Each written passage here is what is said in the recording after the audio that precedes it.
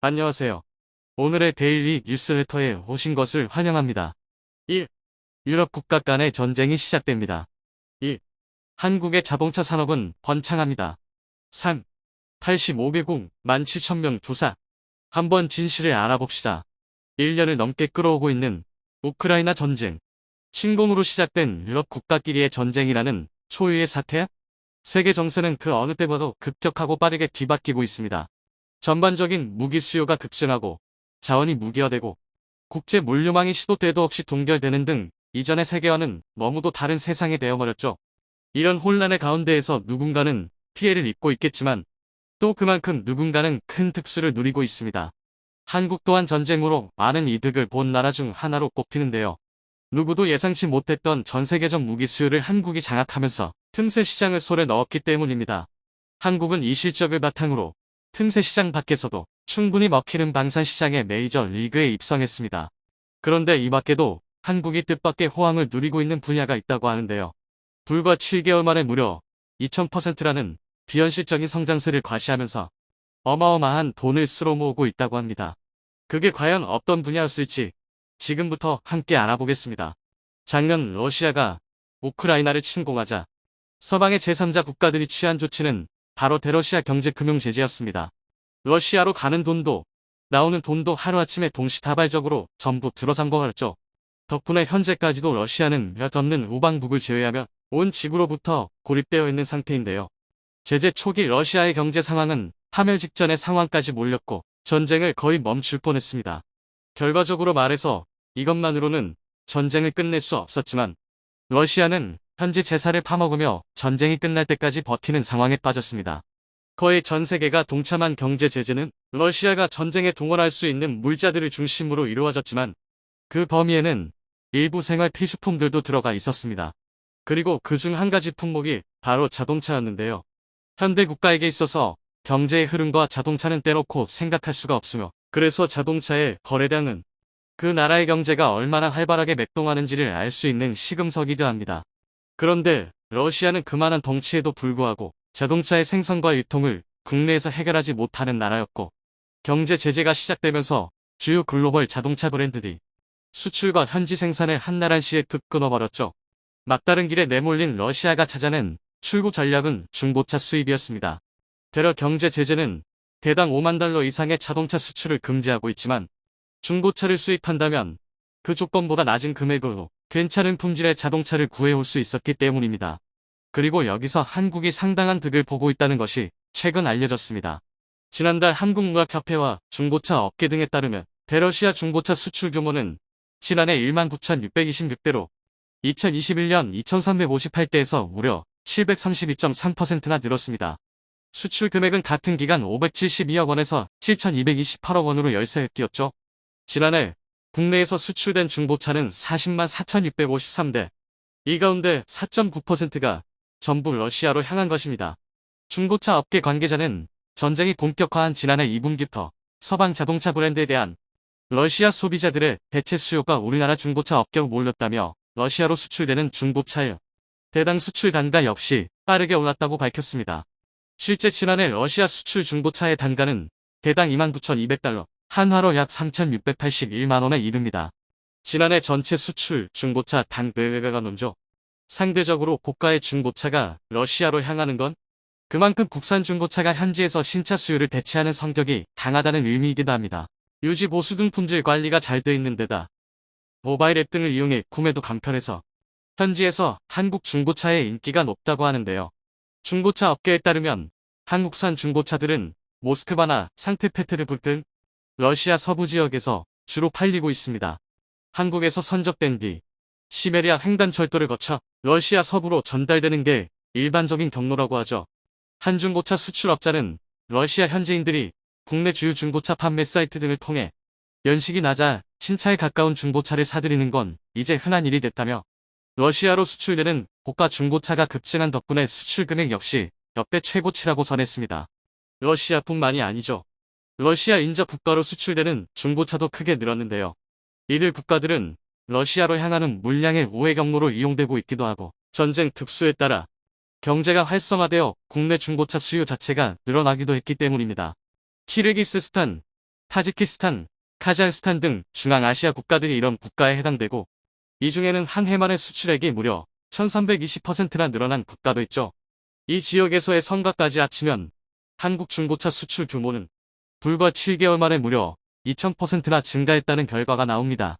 중고차 업계에서는 이 같은 추세가 이어진다면 연간 수출 대수 50만 대, 수출 금액은 5조 2300억 원에 이를 것으로 예상하고 있습니다.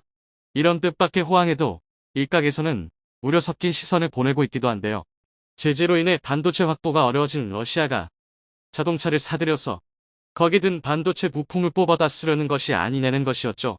하지만 전문가들은 최신형 자동차에 사용되는 반도체라고 하더라도 군용으로 쓰기에는 문제가 많아서 이에 대한 걱정은 하지 않아도 된다고 말합니다. 상용 기술로 쓰이는 반도체에는 초저온, 초고온, 초고압, 이물질 등 극한의 환경에 대한 대응책이 전혀 되어 있지 않고 최근 우크라이나 전선에서 승패에 지대한 영향을 미치고 있는 전자전에 대한 방호 수단 역시 전무합니다. 우려와는 달리 자동차에서 반도체를 뜯었다가 무기에 달아도 제대로 작동할 수 없을 것이라는 뜻입니다. 한국이 판매하고 있는 중고차들은 정말로 러시아인들이 자동차를 구할 수단이 없어서 찾고 있다는 의미이고 전쟁과는 무관하게 전개되는 상황인 만큼 제재의 그림자에서도 벗어나 있습니다.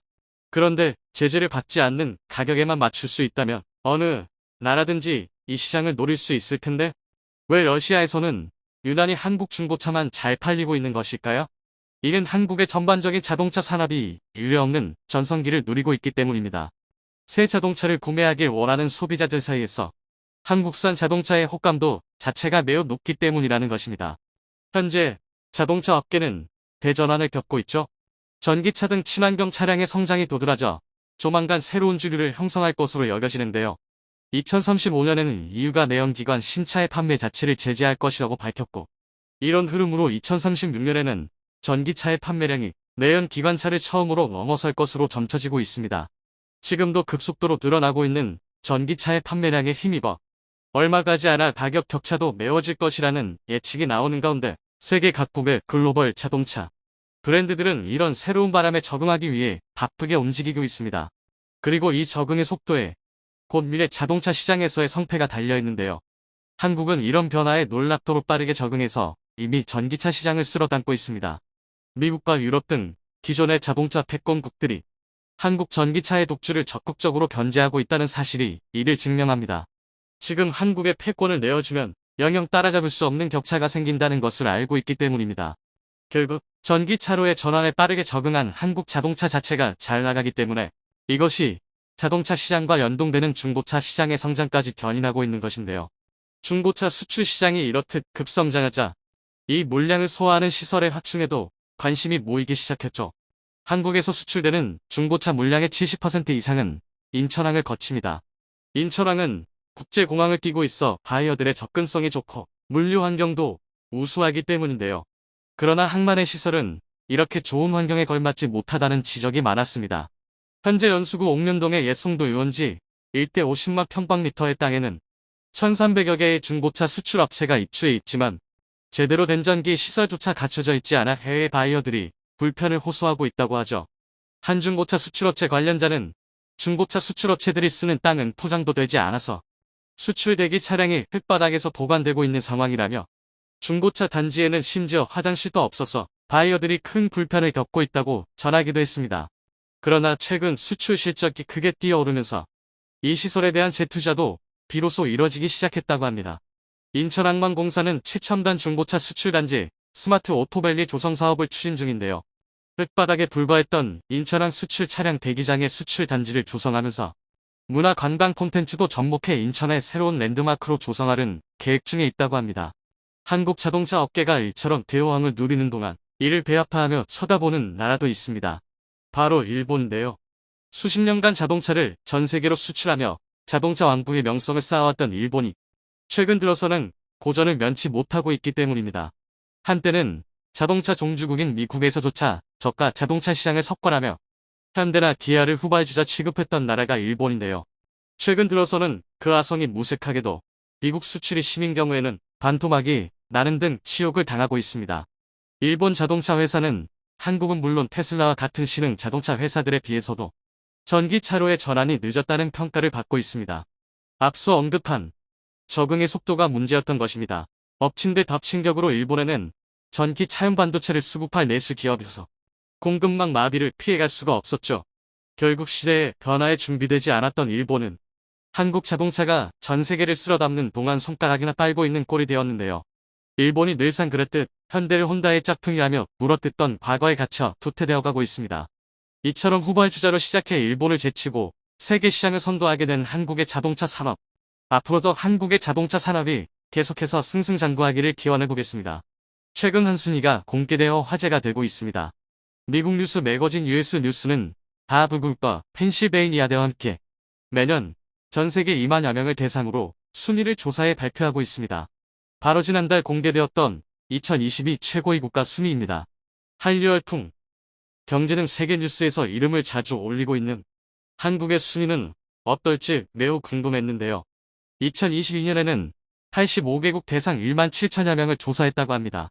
조사 항목은 사실 조금 난해하고 주관적이라고 느낄 수 있는 항목들이 있긴 했습니다. 한국어로 번역하면 조금 더 객관적이지 못하다고 생각될 수 있습니다. 민첩, 기업 가정신, 유산, 힘, 삶의 질 등등으로 평가되었죠.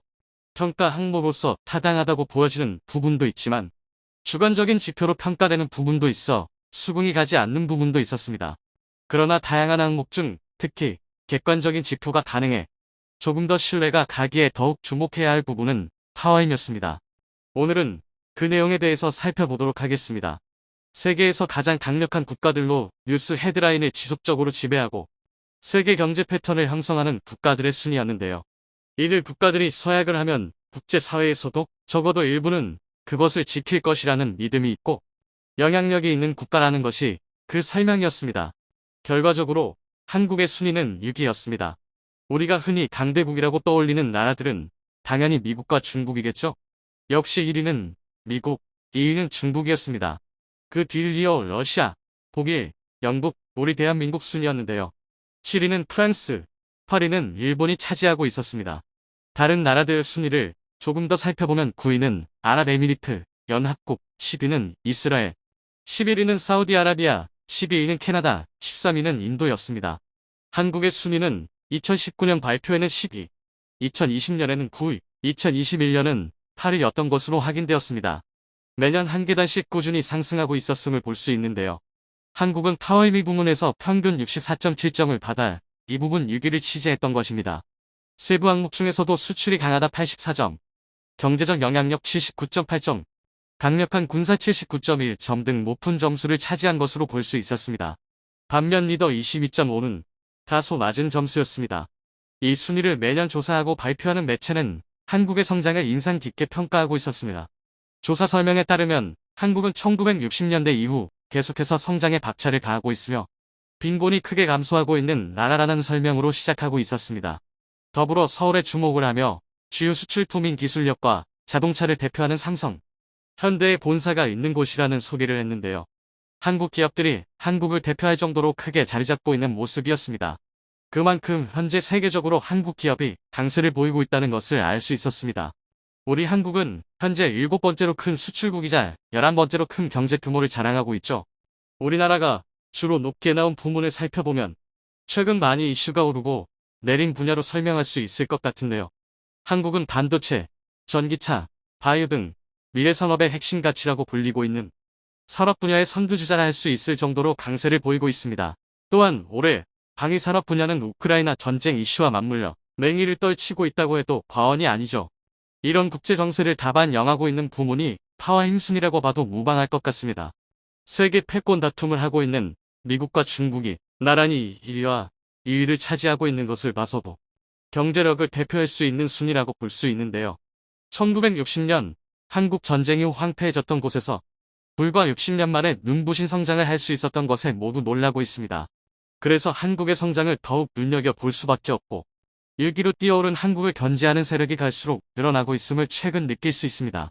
최근 미국의 일화법, 반도체 과학법, 원전 수출법 등 여러 법안을 통과시켰던 행보는 전 세계적으로 우려가 될 정도로 자국주의를 향해 가고 있는 상황인데요. 중국 견제를 표방하고 있지만 반도체, 전기차 등 한국의 선도적인 분야이기에 한국의 위기를 가져다 주고 있는 부분이 추후 어떻게 작용될지 관심이 모아지기도 합니다. 세계 최고 강대국 사이에서 화두가 되어 세계 경제를 이끌어가고 있는 점은 정말 대단하다고 할 수 있는 부분입니다. 하루아침에 만들어진 경제 강대국은 아니죠. 이렇다 할 지하자원 하나 없이 국민 한 사람 한 사람이 오랜 시간 노력하며 이룬 결과라고 할 수 있습니다. 이번 순위를 보고 가장 기겁할 나라는 아무래도 일본일 텐데요. 일본은 한국이 점점 위에 오르고 있는 사실에 대해 그간 수없이 부정하고 있었습니다. 그러나 부정하고 싶었던 사실을 최근 부정할 수 없게 되었죠. 그 정도로 격차가 벌어져 버렸기 때문입니다. 2020년 순위만 보더라도 한국은 9위를 차지하고 있었고 일본은 7위를 차지했습니다. 그러나 2년이 지난 이번 순위는 완전히 뒤집어진 상태입니다. 앞서 설명드린 대로 일본은 8위를 한국은 6위를 기록했기 때문입니다. 일본에서는 이건 너무 객관적이지 못한데? 아무리 우리가 요즘 경제 상황이 안 좋다고 해도 한국 아래라는 것은 받아들일 수 없어 라는 반응을 보였습니다. 별로 신뢰롭지 못하고 숫자는 숫자일 뿐이라며 순위 자체를 부정하고 있었습니다. 그도 그럴 것이 일본은 2019년 수출 규제를 하는 등 한국 경제가 급속도로 발전하는 것에 어떻게든 제동을 걸려고 했었는데요. 오히려 수출 규제를 통해 어려움에 직면해 있던 소부장 부문의 국산화에 성공하며 공급의 다변화를 시도할 수 있는 기회를 열어주었죠. 한국의 경제력을 인정하지 못하는 일본이 또 한 번 놀랄만한 순위도 함께 공개되었습니다. 군사력 순위였습니다. 일단 이 지표상 현재 전쟁을 하고 있어서인지 1위는 러시아, 2위는 미국, 3위는 중국, 4위 이스라엘 뒤를 이어 한국은 5위에 자리 잡고 있었습니다. 최근 폴란드에 대규모 수출이 영향을 미친 것으로도 보이는데요. K9 전차를 비롯해 대량의 무기 수출로 올해 연초에 목표로 잡았던 150억 달러를 넣어 200달러까지 가능할 것이라는 예상이 나오고 있습니다. 폴란드를 이어 슬로바키아도 FA50과 K2 구매를 희망한다는 의사를 적극적으로 밝히고 있고 루마니아, 말레이시아 등도 수출 계약에 한 발짝 다가갔다고 볼 수 있습니다. 호주, 노르웨이 등 무기체계 전환 사업의 최종 후보군으로 계속해서 평가를 받고 있는 곳도 다수 있습니다. 한국과 일본의 차이는 강력한 군대 부문에서 극명한 차이를 보이고 있는데요. 한국은 79.1점인 반면 일본은 25.3점을 기록하고 있습니다. 이 부문에서 격차는 점차 벌어질 것으로 보이죠. 최근 일본은 결국 무기 수출마저도 한국의 패배, 반도체, 가전의 패배에 이어 방산업도 살리지 못해라는 기사를 통해 일본의 현 상황에 대해 보도한 적이 있었는데요. 패배라는 자극적인 단어를 먼저 사용하면서 자아 성찰을 하고 있었던 부분은 굉장히 이례적이라고 할 수 있습니다. 최근 한국 방산에 두드러진 활약을 되짚어봐 일본 방산업계의 현실에 대해 한탄하는 내용이었는데요. 지난 8년 동안 일본의 방산 완성품 수출은 거의 한 건뿐이라고 직시하고 있었죠. 이러한 방위산업을 포함한 경제적 격차는 점차 벌어질 수밖에 없을 것으로 보입니다. 그러나 경제력에서 우리가 일본을 앞섰다는 내용이 중요하지는 않습니다. 주변 국가의 시기와 견제 속에서 매년 한 단계 성장했다는 것이 이 조사에서 가장 유의미한 점이라고 할 수 있는데요. 한국이 낮게 나온 리더 등의 지표를 조금 더 끌어올리면 앞으로가 더욱더 기대되는 대한민국이 되지 않을까 싶습니다. 한국은 폴란드에 놀아나고 있다. 폴란드가 대한민국 무기체계의 도입 의사를 처음 밝혔을 때 나온 주장입니다. MOU에 불과하다거나 혹은 가격 후려치 이용으로 한국을 이용하고 있다는 주장을 펼쳤습니다. 그러나 현재 폴란드발 방산 수출은 계약서에 서명이 마르기도 전에 대한민국을 향한 시기 질투와 반대로 폴란드의 마음은 오로지 진실뿐이었던 건데요. 그런데 이번에 수출된 여러 무기에 가려진 이것이야말로 전시의 무기 수출로 큰돈을 벌 수 있는 찐사업인데요. 그것은 바로 탄약입니다. 다들 잘 아시겠지만 현대 무기는 속사가 가능합니다. 보병이 쏘는 소총은 2초면 30발 탄창을 비울 수 있고 우리 국군의 자랑 K9는 15분 안에 전탄을 소진할 수 있습니다. 물론 전술 교리상 실제로 그런 행동을 하는 일은 없지만 무기의 성능이 떨어져서 그런 것은 아닙니다. 탄약 소모가 엄청납니다. 일례로 러시아군은 우크라이나 전쟁에서 하루 평균 6만 발의 포탄을 쏟아붓고 있습니다. 심지어 이는 대구경 로켓탄이나 포탄을 기준으로 한 것으로 박격포나 소총탄은 하루에도 수백만 발씩 소모됐습니다. 그런데 이는 약과에 불과합니다. 대부분은 전쟁 개시 3일 만에 소모될 물자입니다. 이를 증명하는 게 과연 포신을 갈아치울 것까지 염두에 두고 예비 포신을 쌓아놨을 정도인데요. 이처럼 충분한 탄약은 전쟁의 승패를 가를 정도로 반드시 갖춰야 할 필수 자원입니다. 포탄 없는 자주포는 커다란 쇳덩이며 총알 없는 소총은 휘두르기 불편한 몽둥이에 불과합니다. 그래서 아무리 뛰어난 무기 체계라 할지라도 정작 탄이 없다면 무용지물이나 마찬가지입니다. 얼마 전 정밀 유도 로켓으로 러시아군의 탄약고를 모조리 파괴한 우크라이나군의 하이마스처럼 탄약의 성능에 따라 무기의 스펙이 갈리기도 합니다. 그래서 현대의 전장에서 새로운 탄약을 개발하는 것은, 그렇다면 대한민국의 탄약 개발 수준은 어느 정도일까요? 현재 대한민국은 하이마스가 사용하는 정밀 유도 로켓을 이미 실전 배치했고, 미국의 차세대 포탄인 엑스칼리버와 같은 초장거리 유도 포탄의 실전 배치를 눈앞에 두고 있습니다. 이 한 발 한 발이 적진을 초토화할 수 있는 엄청난 폭탄들인데요. 하지만 일반적으로 탄이라고 하면 전부 거기서 거기라고 생각하기 쉽습니다. 그러나 탄의 종류에 따라 위력이 천차만별이라는 사실은 잘 모르는데요. 오늘 군사 무기에서 세계 최정상을 향해 날아가는 대한민국의 탄에 대해 알아보겠습니다. 최근 벌어지고 있는 우크라이나 전쟁에서 가장 큰 활약을 하는 무기는 바로 대포와 로켓입니다.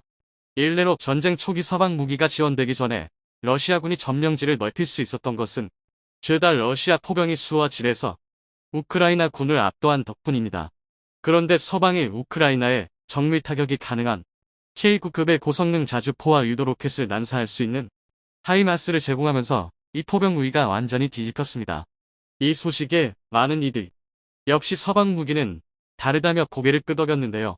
특히 미제 티타늄 복사포 M777이 발사한 엑스칼리버 포탄과 하이마스가 자주 사용한 M31 로켓에 관심이 집중됐습니다.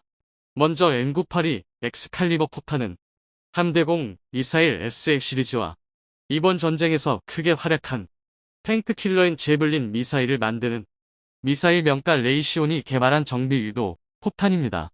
GPS 유도와 관성 유도 INS를 사용해 이동 표적까지 정확히 맞출 수 있고, 발사 후 망각 방식을 채용한 덕에 쏘고 바로 전장을 이탈해도 적을 정확히 때릴 수 있습니다.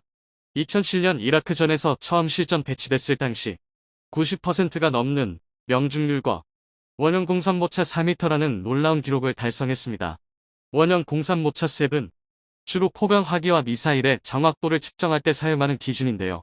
특정 반경의 원안에 절반 이상이 명중할 수 있다는 뜻입니다. 예를 들어 K9 자주포의 7은 50m 정도입니다.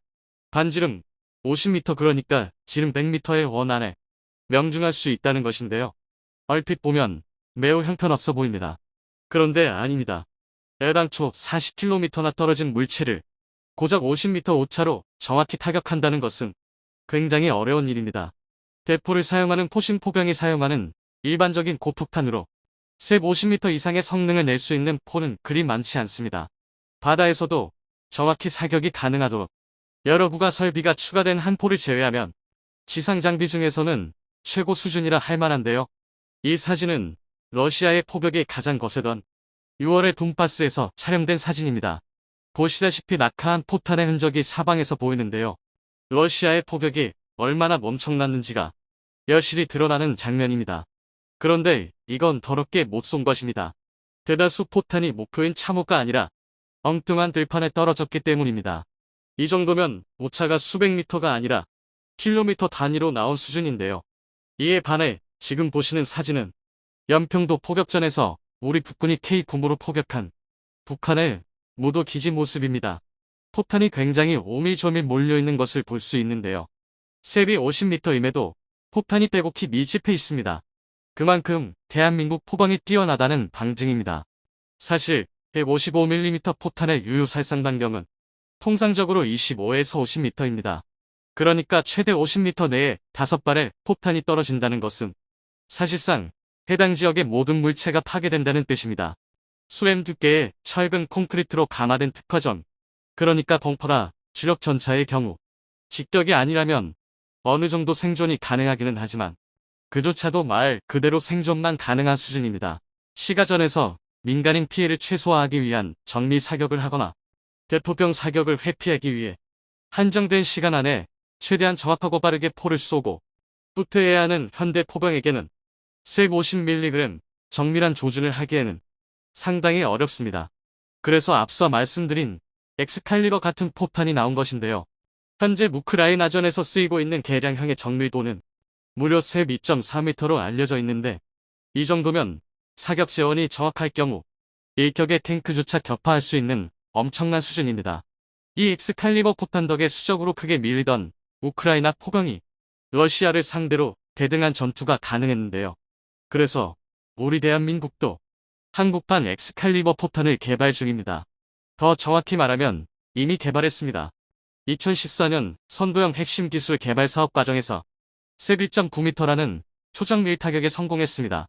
뿐만 아니라 39구경장 주포로 사용하는 엑스칼리버와 달리 52구경장 포신에도 포글이 사용할 수 있도록 설계되어 최대 사거리가 40km인 엑스칼리버보다 10km 이상 긴 사거리를 확보했습니다. 하지만 안타깝게도 양산에는 실패했는데요. 사거리 100km 급 차세대 포탄인 초장사정 활강 포탄감을 개발하는데 예산을 몰빵했다가 사업이 폭삭 주저앉으면서 덩달아 정밀유도 포탄을 생산할 예산까지 날아간 것입니다. 포를 쓸 때 발생하는 강력한 충격에 활감할 때 사용할 제어 날개가 부러지는 것을 개선하지 못해 결국 사업이 취소됐습니다. 그래서 군은 사업 방향을 바꿨습니다. 사업이 망한 것은 어쩔 수 없으니 한국형 엑스칼리버를 58구경장 장포신을 사용하는 K9A3에서 사용할 수 있는 사거리 60km 이상의 슈퍼포탄으로 업그레이드하고 활감 유도탄 대신 덕티드 로켓을 사용한 로켓 추진포탄의 개발을 시작한 것입니다. 이중 로켓 추진탄의 경우 미국이 XM1299 자주 포용으로 개발 중인 XM1113 로켓 추진탄의 최종 목표인 사거리 130km를 노리고 있습니다. 하지만 이 정도로는 부족합니다. 당장 이번 우크라이나 전쟁만 봐도 그 사실을 알 수 있는데요.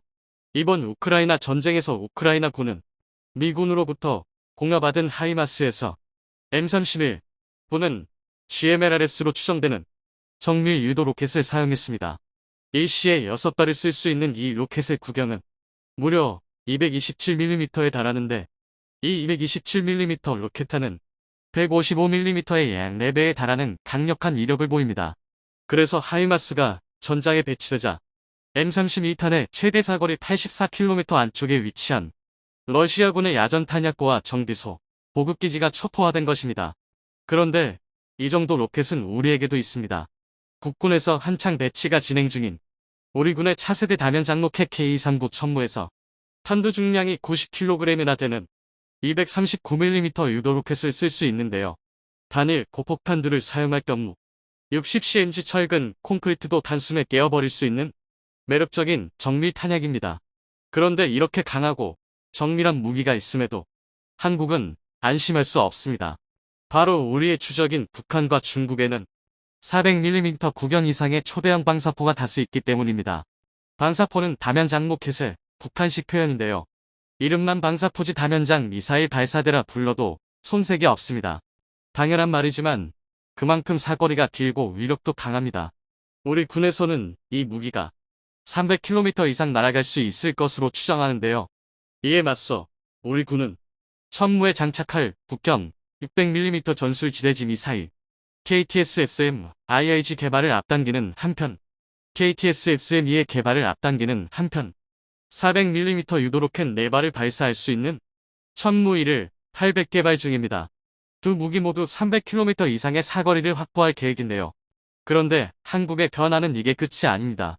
239mm 포탄에 유도 로켓을 달아 로켓의 사거리를 최대 300km까지 연장할 계획입니다.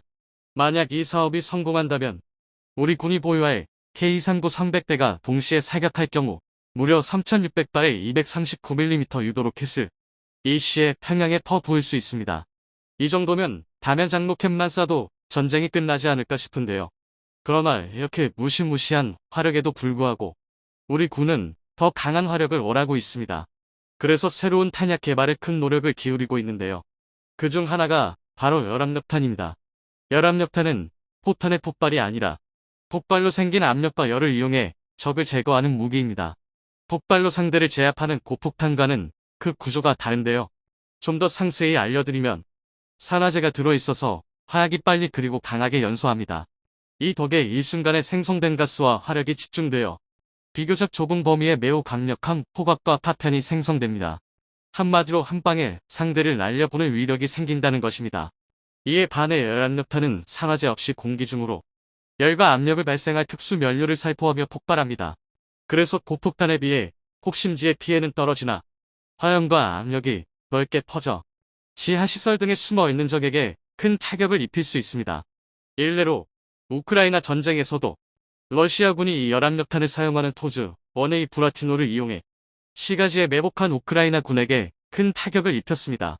튼튼한 철근, 콘크리트로 지어진 덕에 155mm를 견딜 수 있는 빌라나 아파트라 할지라도 브라티노의 열압력탄 세례가 쏟아지면서 내부에 숨어있던 병력이 폭감에 휩쓸려 전멸했는데요. 이렇게 위력적인 무기다 보니 금지 무기가 아님에도 불구하고 금지 무기라 착각하는 이들이 있을 정도입니다. 그리고 이 분야에서 우리 군은 러시아, 미국 등 열압력탄 개발 선도국들의 뒤를 쫓아 차세대 열압력탄을 개발 중입니다. 유독성이 높고 일정 시간이 지나면 내부 충전물이 굳어버리는 CO경과 같이 여러 문제가 있는 산화 프로필렌을 대체할 열압력탄용 연료 물질을 찾고 있는데요. 완성 이후에는 239mm 유도 로켓, 각종 국산 미사일의 열압력탄두 버전이 나올 것입니다. 탄의 종류에 따른 우리 군의 화력이 더욱 강력해지는 건데요. 차세대 탄 전쟁에서 대한민국이 또다시 승리하길 바랍니다.